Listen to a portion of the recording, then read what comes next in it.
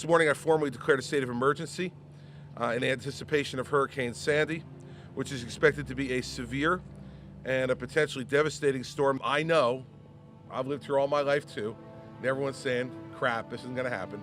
You know, the weathermen always get it wrong, and we're just gonna hang out and not really pay attention to this. Please don't, okay? We have to be prepared for the worst here, and as I'm sure you'll probably anticipate, I will bring my normal, subtle, and understated style to the task. How about we go by this rule? Anything that looks stupid is stupid, okay? If you got transistor radio, put batteries in it. You know, because you don't want to go more than a day without hearing me. I know that. Be assured that every aspect of your state government is mobilized and working to try to make sure we minimize this. We're not going to be able to prevent it, but we're going to try to minimize it as much as we can. And if you work with us, we'll be able to do that well. I think all of our mothers taught us, if we could avoid it, don't be stupid. So don't be stupid. Get out. You have time to prepare yourselves. If you're already prepared, go home and watch the Jets, okay? Relax. Watch the Giants at 4 o'clock if that's your taste. Take a deep breath. If you're prepared, then you're prepared.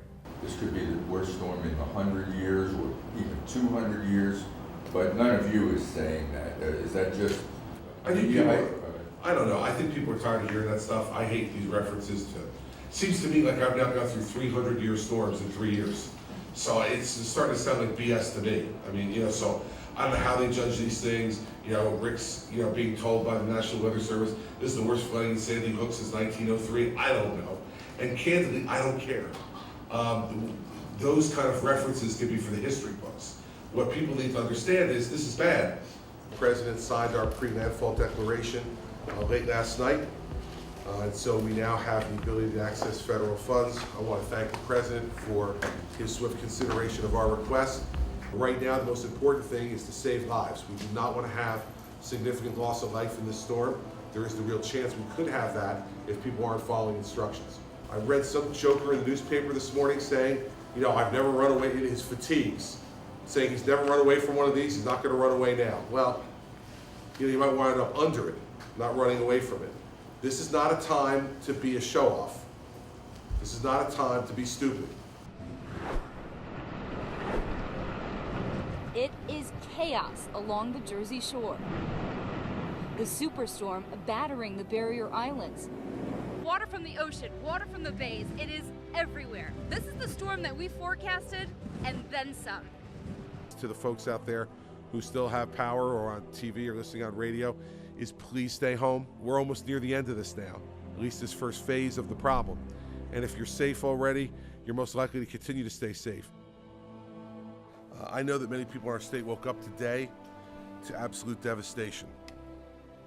There are no words to describe what so many New Jerseyans experienced over the last 24 hours and what they will have to contend with over the coming days, weeks, and months. I'll first say to all of you, especially those out there who are facing loss, devastation, and the heartbreaking reality that your home may be gone, we are with you. As a kid who was born and raised in this state and who spent a lot of time over my life, both my childhood and my adult life at the Jersey Shore. We'll rebuild it. No question in my mind, we'll rebuild it. But for those of us who are my age, it won't be the same. It'll be different because many of the iconic things that made it what it was are now gone and washed into the ocean. The pier with the rides, where I took my kids this August before the Republican convention, where I got in that famous yelling match with the guy with my ice cream cone. Those rides are in the Atlantic Ocean. It's a site of devastation that makes it look like as if there had been a bombing there. To the people of New Jersey, hang in there. Tomorrow recovery begins. Today was a bit of a day of sorrow for a lot of people, and we need to feel that. It's appropriate to feel it. We need to feel it and take it in. There's nothing wrong with that. But as long as sorrow does not displace resilience, then we'll be just fine.